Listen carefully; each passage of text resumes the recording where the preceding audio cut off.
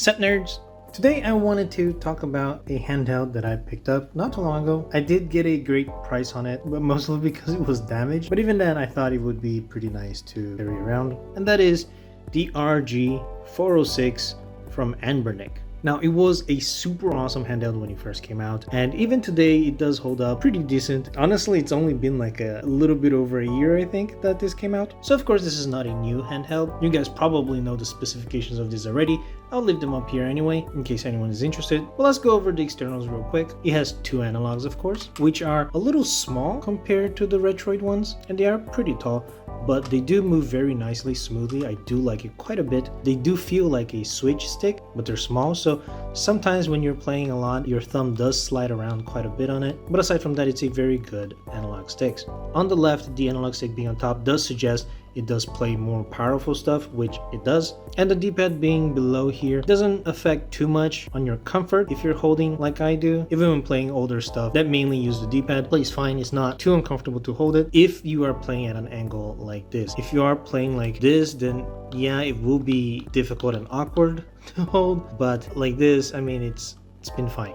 For me anyway. The D-pad itself is very different than the D-pad that they had on the RG556. This one looks like the D-pad on the Sega Genesis for whatever reason. It's okay, like it's not terrible, but I personally do prefer the one on the 556 where it's not like a round thing, it just has the cross. Now there is a Anbernic button here, a back/home button, select and start on the other side, the analog that we already talked about, and the face buttons appear with A, B, X, Y. The buttons are in a membrane, they're soft and mushy instead of clicky, but then the L and R up here, as you can hear, they are pretty clicky. And then below them, of course, the triggers, which do feel pretty nice, if I say so myself. If you're used to like Xbox controllers and PlayStation controllers, this does feel very small by comparison, but it still feels pretty comfortable to press.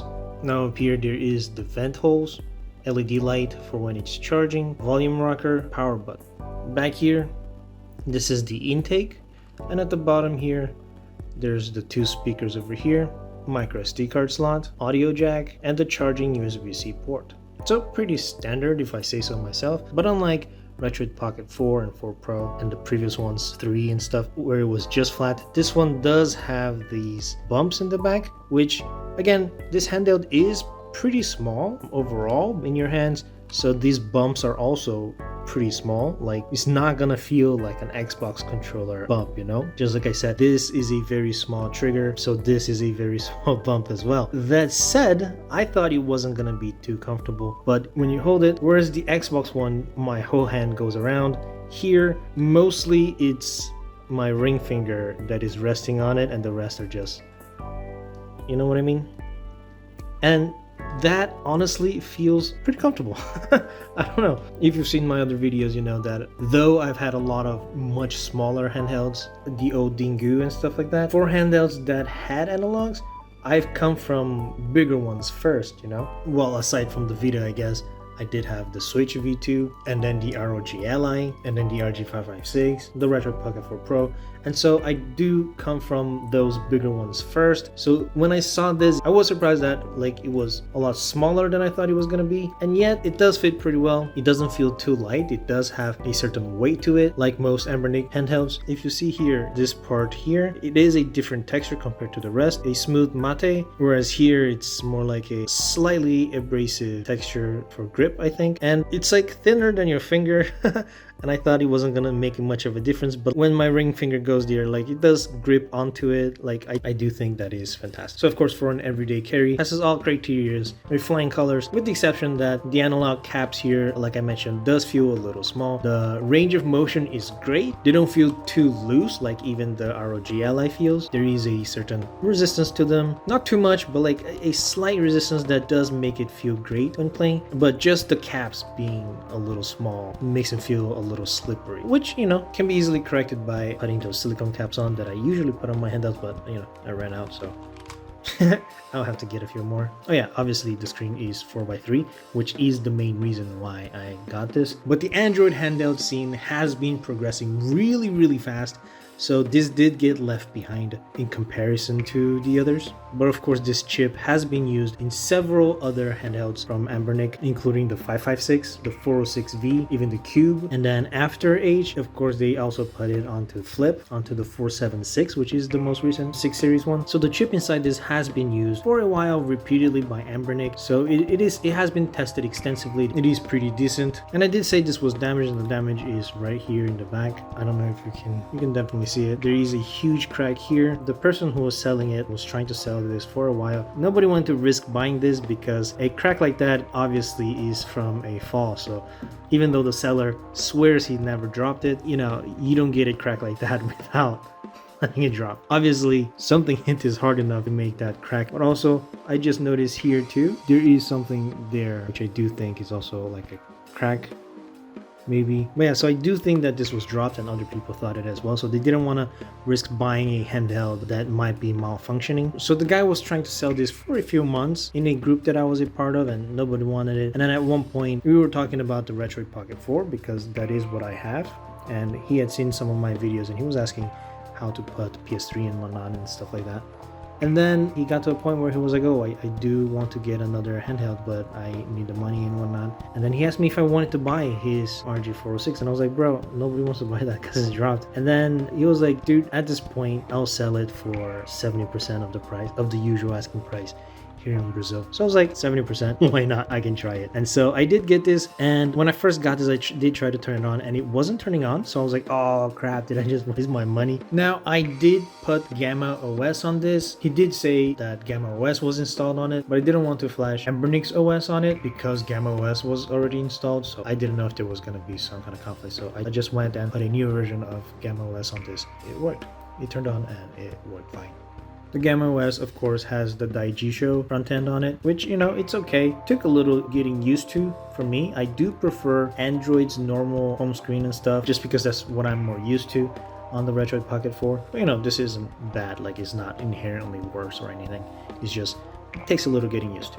For 30% of the asking price, then why not? I do like this quite a bit. And if you have watched my other handheld videos, you probably have heard of me saying that I did used to have a 556. I even showed it here sometimes, and I had it for about 1 week where I installed a bunch of stuff. I tested, everything was working fine. It was great. It was a really fun week testing that out to make a video, and then after a week it wouldn't turn on anymore. And then when I contacted Anbernic about it, they had me do a bunch of tests, and then they told me it was probably a bad motherboard and that they could send me a new motherboard, but that it would be like over $100 US, but then with the Brazilian importation laws and stuff, it would be around $200 total. And I was like, for $200 I could probably get a handheld that was more powerful than the 556.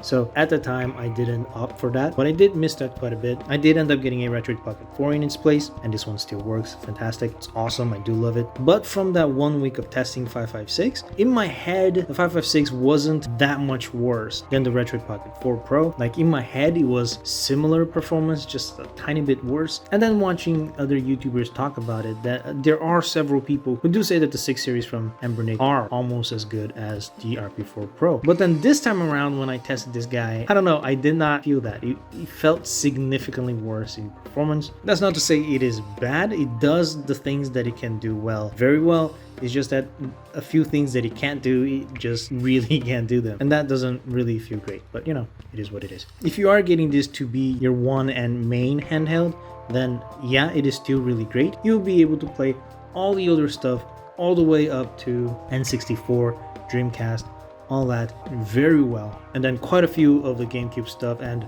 many things on PS2, just not everything. And that's kind of its cutoff point, like half of PS2 stuff and many of the GameCube stuff. So compared to any of like the Linux handhelds, then yeah, the 6 series Anbernic stuff are still fantastic, are still very powerful in comparison. Even compared to some of the older Android handhelds like the 5 series stuff, the jump from the 405 to the 406 was a huge jump. So if you can get it on sale, I do think it is still very much worth it, but that's not why I got it. Like I told you, I do have the RP4 Pro, which does perform better than the 406. So logically I didn't really need this. I wasn't actually gonna buy it. The price did reel me in. But if you are lucky enough to have several handhelds, handhelds, what happens usually is that you end up playing specific console games on specific handhelds. And of course, I do have the RG35XX SP, and this is of course where I mostly play the Game Boy stuff, Game Boy Color stuff, Game Boy Advance. I do play a lot of Portmaster on this as well, and I did started to play several of the PlayStation 1 titles here, and despite it playing PS1 pretty well, something about the form factor just makes me go back to Game Boy Advance and Game Boy Color and stuff like that, instead of actually being motivated to beat PlayStation 1 games here. I do also have the Miu A30. This is what I carry around with me when I go outside, when I go on road trips or on a flight. And it's convenient because it already comes with a case. Even with the case, I can just throw it in my backpack or in my pocket, and it's not that big, it's fine. But then this too, I end up playing mostly Game Boy Advance or Game Boy Color stuff, you know?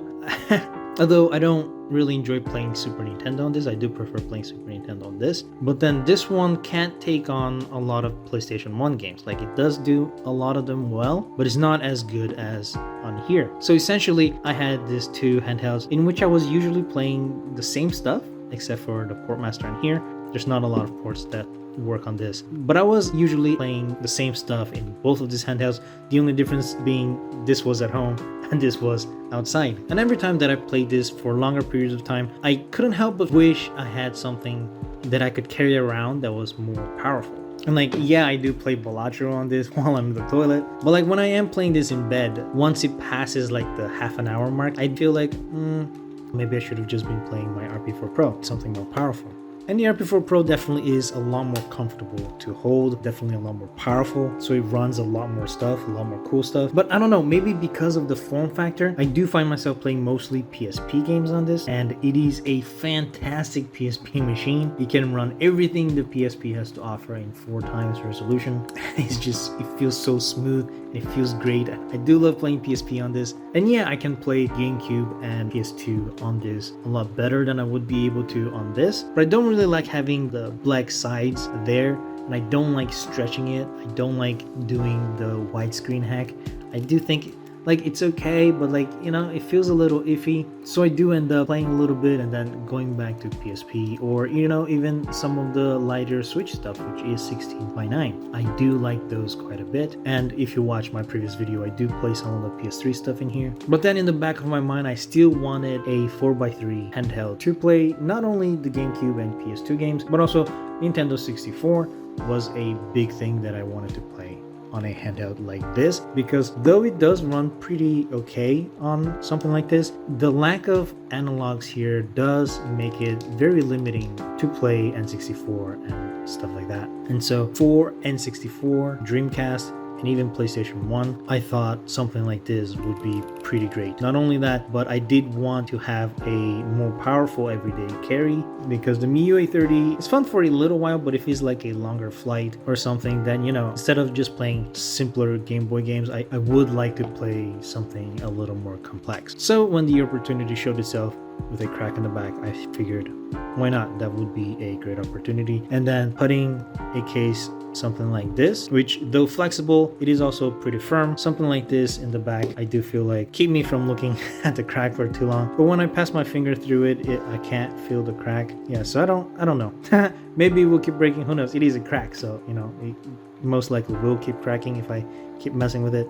But the crack on it does make me feel like I can use this as an everyday carry without like, you know, being like, oh, I want to keep it in perfect condition. It is already not in perfect condition, and that eases my mind more in taking this around and playing it and just throwing it in the backpack and stuff, compared to something like this, which, you know, it's my baby.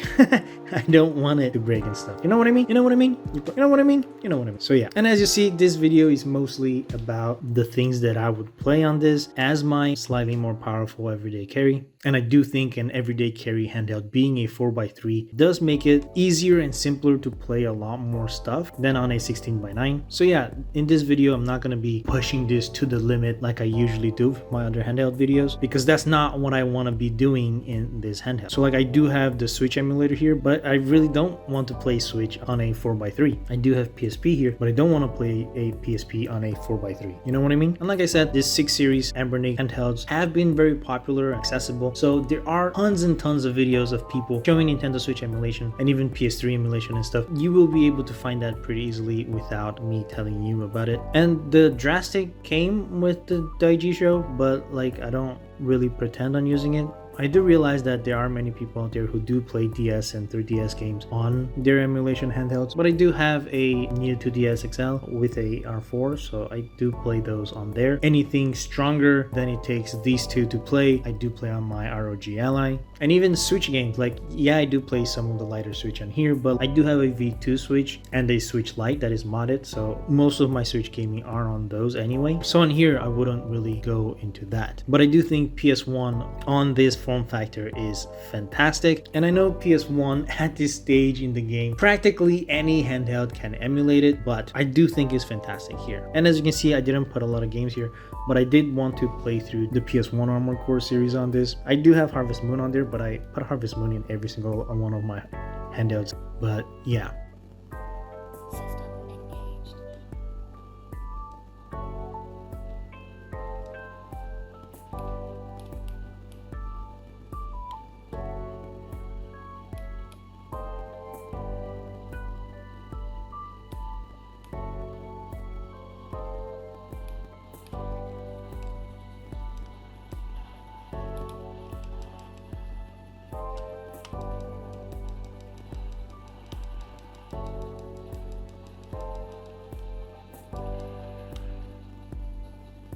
And this game is known to have sort of difficult controls,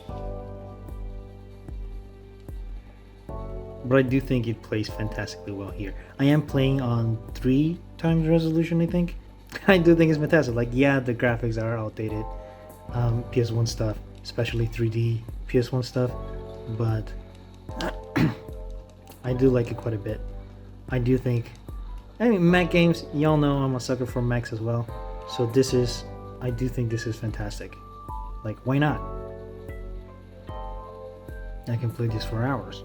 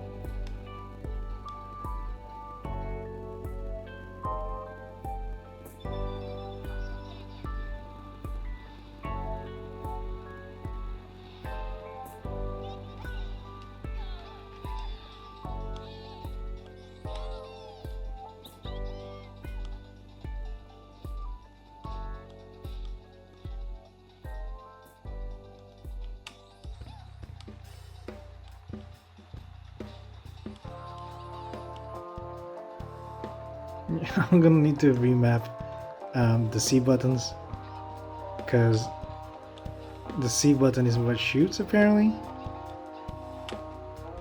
and then I had to take my finger off of the accelerator for that. That's not very good, but yeah.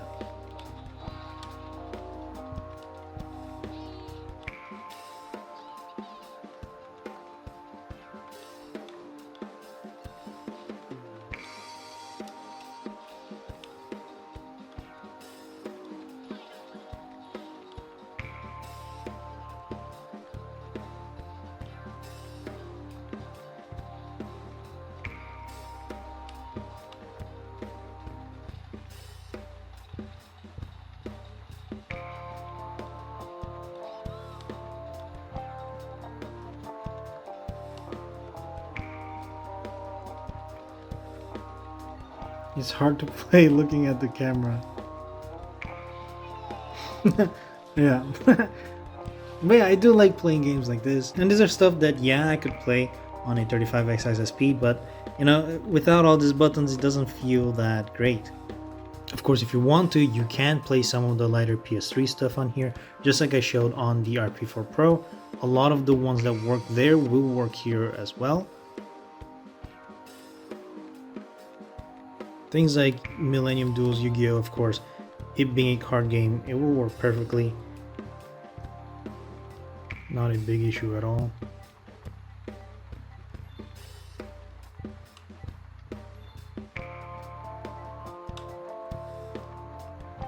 I'm not gonna play through this whole thing because watching someone play Yu-Gi-Oh is not that fun, I guess. I figured I'd show you Need for Speed Nitro on the Wii. I don't intend to play a lot of Wii games in here, but you know, like the few games that don't require the Wii mode, they can run pretty well.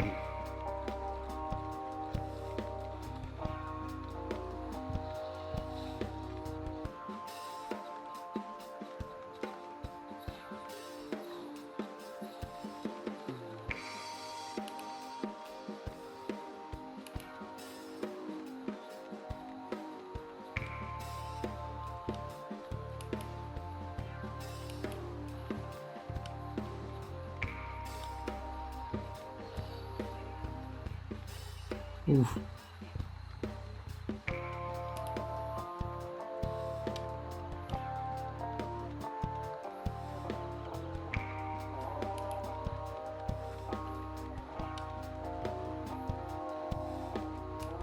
But yeah, you get the idea. Playing something like that on a handheld, Wii on a handheld, does feel great. It does work here, and of course something you will not imagine being able to play on a Linux handheld. But also, like I mentioned before, I do think it fits a lot better in a handheld like this, a 4x3 dimensions compared to something like that. And of course you can fill it up with GameCube games as well. Most of them will work fine here. Just a few you'll need to tweak or, you know, not play. But also PS2, like I said, it's not everything that's gonna work. And the thing that made me realize how much weaker this is in comparison to the RP4 Pro is when I tried to play Most Wanted. Most Wanted is practically unplayable on this one. It's way too slow, way too laggy. Whereas on the RP4 Pro, it went really well without any issues, but here on the 406 did have issues. It did slow down, even though it's using the same emulator and the same settings. You can already hear, right? And it's going on slow-mo, kind of. It's supposed to be a Need for Speed, but it's going on slow-mo. The turns aren't doing very well because it's on slow-mo. So yeah, it's practically unplayable since it's supposed to be a racing game. It sounds terrible as well. But then things like Underground 1 actually works pretty well.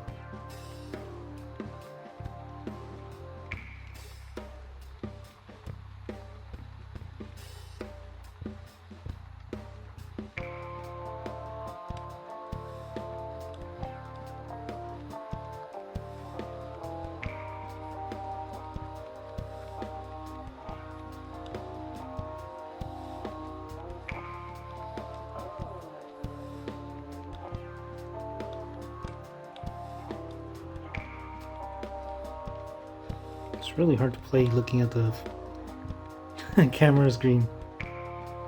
And I know I use that excuse a lot, but really, racing games through the camera screen, it's pretty terrible.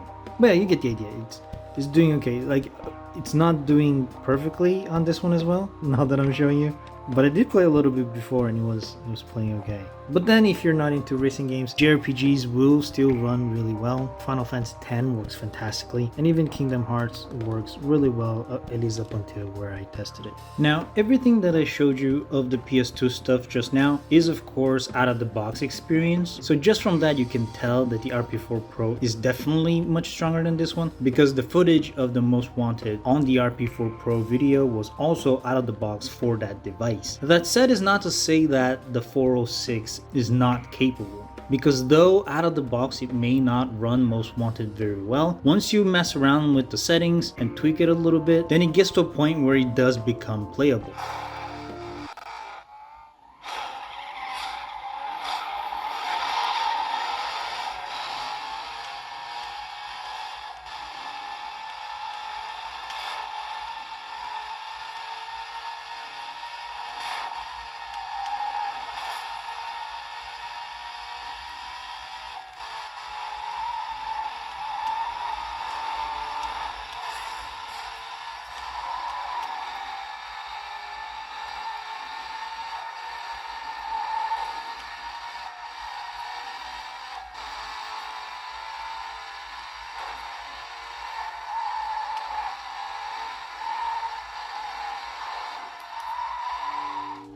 Hey, so you can tell that it is definitely a lot better now. You just have to mess around with the settings, disable some stuff, underclock a little bit, and you will get to a point where it is definitely playable. So you do know that this handheld is pretty powerful and capable. It's just that as an everyday carry, I don't want to be messing around with the setting for each game. Maybe if I only had one PS2 game on this and then left it at that setting, but I don't want to keep messing with the setting for each of the games that I play. You know what I mean? So yeah, if you do mess around with the settings, then most likely you will be able to get most PS2 games to work, if not all of them to work to a certain degree. Of course, not all of them will be great. Same with GameCube stuff. If you do mess around with it a little bit, then you will most likely be able to get all of the GameCube stuff to work. But yeah, those are the kind of things that I would mostly be playing on this. Like I said, I do want to have this as my everyday carry. I do have a carrying case for it as well. And because it is slightly cheaper than this and more easily accessible, even if something were to happen to this, or God forbid stolen, I would be able to replace this one more easily than I would a RP4 Pro. So yeah, even in 2026, I do think this could be worth it. And I know I did show you a bunch of games that are not too hard to run, so you might not think too much of it. So I will play some Android games here and show you that it is still pretty capable even on just the Android side. And because this is a slightly heavier Android game, you can hear the fan going off. I don't know if the microphone will pick it up, but I can hear it from here.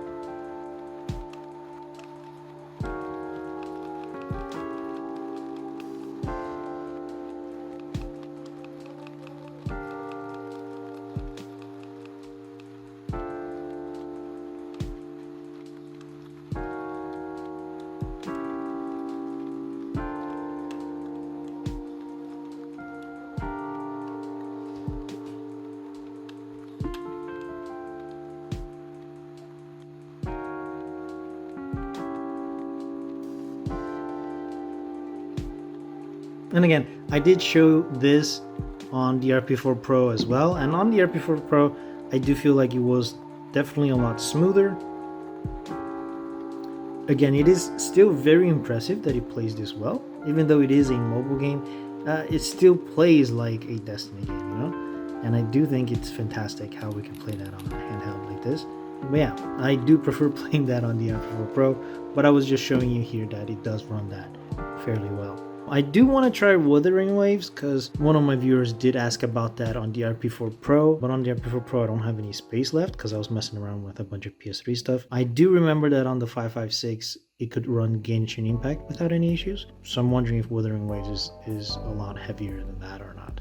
Now, I did have to take some time to download the patch. Didn't realize there was another update, and that took several hours. So several hours passed between the last footage and this one, but once I did, it didn't run.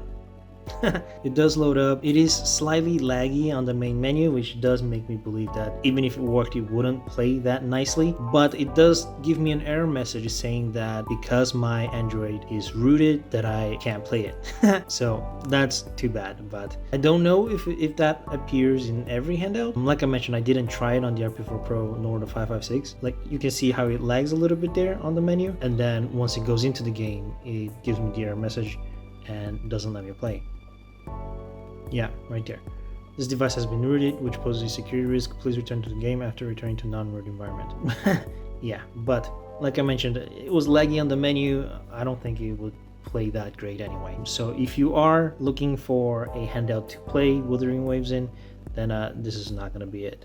So yeah, regardless of how you look at this, this is a pretty capable handheld. You won't be doing everything that the more expensive newer ones can do, like PC gaming and Xbox emulation and stuff, but it is still more powerful than the things like Mengmi Air X, Neo Pocket Mini, and even compared to the RG405 from Embernic, it was a very big jump to this 406. This does have 8GB, which for now seems to be like the standard for Android handheld. Even Retroid Pocket 6 has the 8GB version, even a lot of the AYN handhelds, which are much more powerful than this. The base models all have 8GB RAMs. So for the moment, that it seems to be the standard, and this also does have a gigabyte. So by today's standards, if you want this as your one and only handheld, I guess it could work as a entry handheld for you to get used to the Android handhelds so that you move on to the bigger ones. But honestly, if you can afford a Retroid Pocket or AYN devices, I would probably go for those. If you want a 4x3 that can play PC games and better PS3 emulation and stuff, maybe check out the Retroid Pocket Nova. Other people have been saying great things about it. Or if you just want an Embernic that is slightly better, then the RG407H can also be a good alternative. Definitely not as strong as a Retroid Pocket Nova, but definitely still stronger than the 406. That said, if you just want it as a side handheld to play all the PS2 and below 4x3 emulation stuff, then yeah, this is a fantastic thing.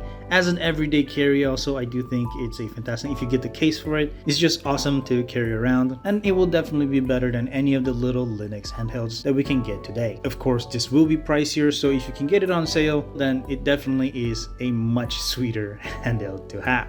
And I'm curious, tell me, do you just have one handheld as your main handheld for everything, or do you have multiple ones where you play different games in each one? Or do you have multiple ones just for the feel? I don't know. Tell me your reasoning behind your choice in handhelds below. And then, of course, leave a like if you enjoyed this video. Consider helping the channel out by clicking join down below to become a member, subscribe to some more videos like this, and of course, always nerd on.